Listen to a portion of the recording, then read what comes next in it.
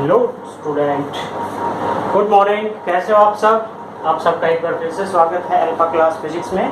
तो आज हम 9th क्लास का जो चैप्टर पढ़ रहे हैं force and laws of motion, उसके जो न्यूमेरिकल्स हैं उनको करने की प्रैक्टिस करेंगे। तो देखिए अपने पास एक क्वेश्चन है, from A rifle of mass 4 kg A bullet of mass 50 gram is fired.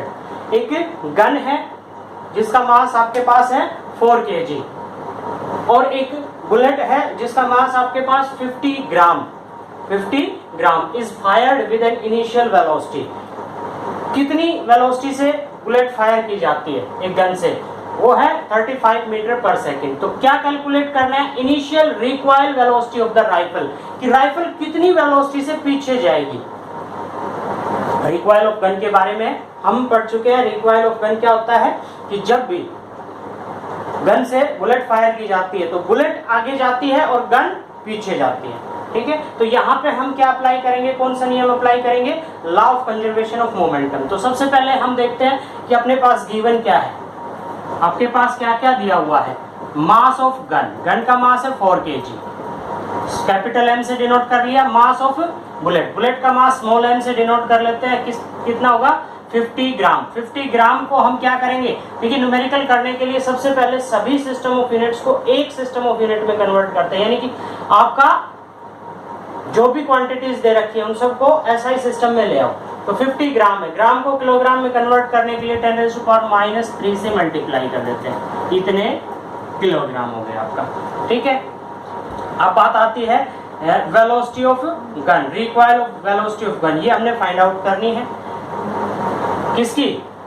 Bullet की वेलोसिटी दे रखी है, फाइनल वेलोसिटी कितनी दे रखी है? 35 मीटर पर सेकेंड।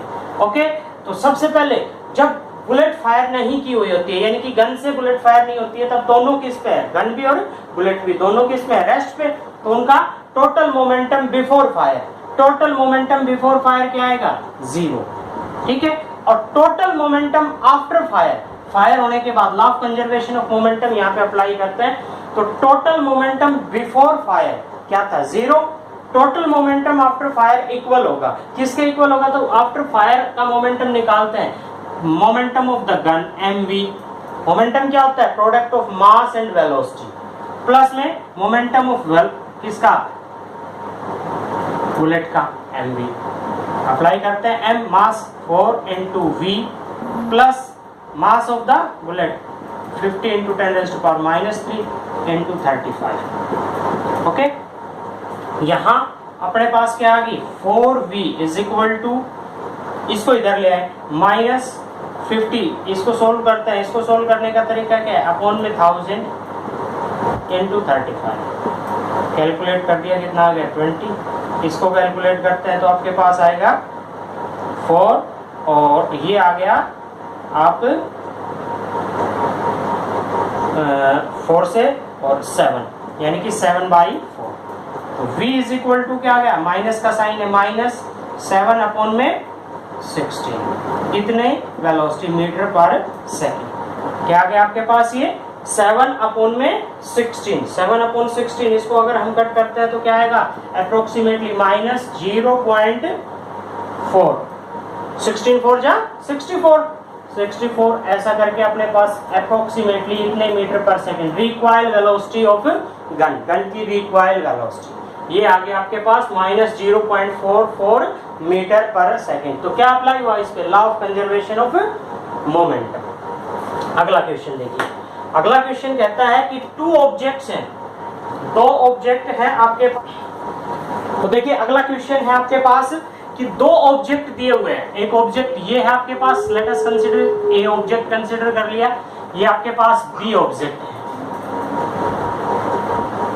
आपके पास ये 2 ऑब्जेक्ट हैं। एक का मास m1 दे रखा है, m1 इज इक्वल टू है 100 ग्राम। आपके पास 100 ग्राम का है। और दूसरा है ऑब्जेक्ट बी जिसका मास है आपके पास 200 ग्राम। ठीक है, इसकी इनिशियल वेलोसिटी u1 कंसीडर कर लिया हमने। इनिशियल वेलोसिटी दे रखी है इसकी 2 मीटर पर सेकेंड और इसकी इनिशियल वेलोसिटी दे रखी है u2 1 मीटर पर second. Okay, after some time they collide, वो टकरा जाते हैं। जैसे अभी ये भी एक गाड़ी है, ये भी एक गाड़ी है, तो ये इससे टकरा गई, इस तरह से ये आपस में कोलाइड हो गई। आफ्टर कोलिजन, टकराने के बाद जो ए बॉडी है उसकी वेलोसिटी हो जाती है, मास नेवर चेंज, मास चेंज नहीं होगा, उसकी वेलोसिटी हो जाती है v1। v1 की वैल्यू कितनी गिवन है, 1.67 मीटर पर सेकेंड। और ये जो बॉडी B है, ये बॉडी B की वेलोसिटी हमने डिटरमाइन करनी है, v2 की वैल्यू डिटरमाइन करनी है। तो इसमें हम law of conservation of momentum apply करेंगे। Momentum, total momentum before collision क्या होगा, m1u1 plus m2u2। Law of conservation of momentum कहता है कि total momentum after collision equal होगा, यानी कि m1v1 इज प्लस m2v2। यहाँ पे जो वैल्यूज गिवन है वो हम लिखते हैं। m1 की वैल्यू है आपके पास 100 इंटू वेलोसिटी कितनी है 2 मीटर पर सेकेंड, प्लस m2 की वैल्यू कितनी है 200 इंटू u2 क्या है आपके पास 1 इज इक्वल टू m1 क्या है 100 इंटू v1 की वैल्यू क्या है 1.67 प्लस m2 की वैल्यू 200 और v2 की वैल्यू हमने फाइंड आउट करनी है। तो यहाँ से हम इजीली इसको कैलकुलेट कर सकते हैं। इसका अपॉन में 100 कर दिया और ये आपका कट हो गया 100 से 100, ये हो गया आपका 200 plus 200 is equal to 167 plus 200 into v2। तो v2 की वैल्यू हमने फाइंड आउट करनी है। क्या करेंगे, ये 400 माइनस 167 अपॉन में 200, ये आ जाएगी आपकी वेलोसिटी मीटर पर सेकेंड। ओके, तो इस तरह से law of conservation of momentum apply करके हम इसको कैलकुलेट कर सकते हैं। तो ये वैल्यू आएगी आपकी अप्रोक्सीमेटली 1.665 मीटर पर सेकेंड। अगला क्वेश्चन देखिए, टेक्सचुअल क्वेश्चन है, एक्सरसाइज का क्वेश्चन है। ये जो अभी दोनों न्यूमेरिकल किए हमने, ये टेक्सचुअल बुक के अंदर वाले क्वेश्चन थे, एनसीईआरटी बुक के अंदर वाले क्वेश्चंस थे।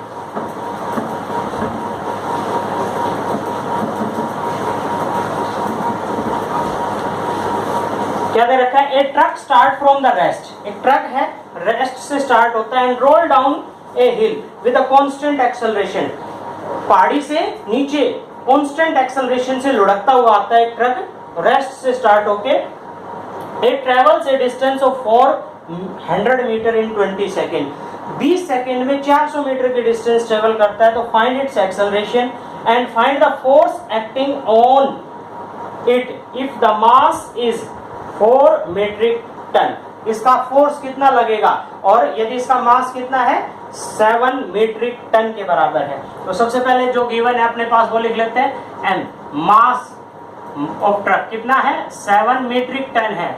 मीट्रिक टन को यदि हम कन्वर्ट करते हैं तो 1000 से मल्टीप्लाई, 1 मीट्रिक टन तो कितना होगा ये 7000 किलोग्राम, 7000 किलोग्राम। अच्छा, इनिशियल वेलोसिटी रेस्ट से स्टार्ट होता है, रेस्ट से स्टार्ट होता है तो 0 मीटर पर सेकेंड, ठीक है। और एक्सेलरेशन जो है वो कांस्टेंट है और वो फाइंड आउट करना है। एस डिस्टेंस कितनी ट्रेवल की इसने 400 मीटर, और कितने टाइम में ट्रेवल किया इसने 20 सेकेंड के अंदर, 20 सेकेंड में।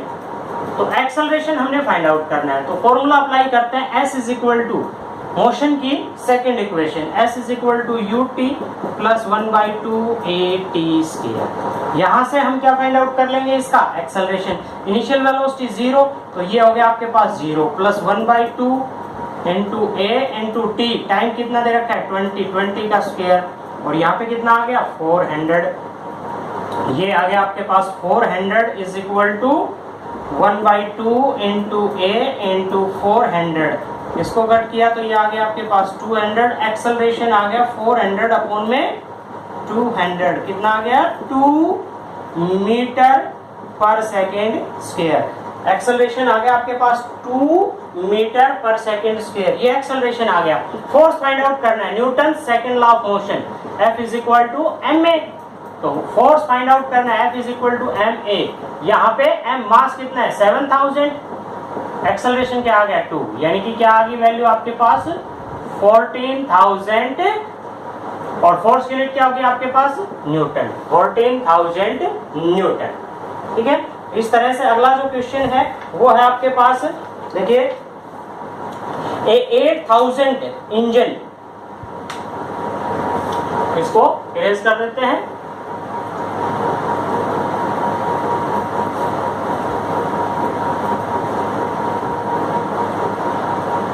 A 8,000 किलोग्राम इंजन पुल से ट्रेन ऑफ 5 वैगन्स, एक 8,000 किलोग्राम के रेल के इंजन जो है क्या खींचता है? 5 वैगन्स, 5 बोगियों को खींचता है। ईच ऑफ 2,000 किलोग्राम, प्रत्येक जो डब्बा है उसका मास कितना है? 2,000 किलोग्राम। अलोंग ए हॉरिजेंटल ट्रैक, हॉरिजेंटल ट्रैक पे if the engine exert the force, engine total कितना फोर्स अप्लाई कर रहा है? 40,000 Newton, 40,000 Newton. And the track offers the friction, और उस रेल के जो टायर्स है, या ये कहें कि रेल का जो व्हील है उसमें और ट्रैक में, पटड़ियों के बीच में जो फोर्स ऑफ फ्रिक्शन है, वो अपोजिशन फोर्स जो है वो कितना है? 5,000 न्यूटन। क्या कैलकुलेट करना है? Net accelerating force, net accelerating force calculate करना है। तो मास ऑफ द ट्रेन, ट्रेन का मास कितना हो जाएगा आपका? 5 डब्बे हैं, तो मास ऑफ ट्रेन कितना हो गया आपका?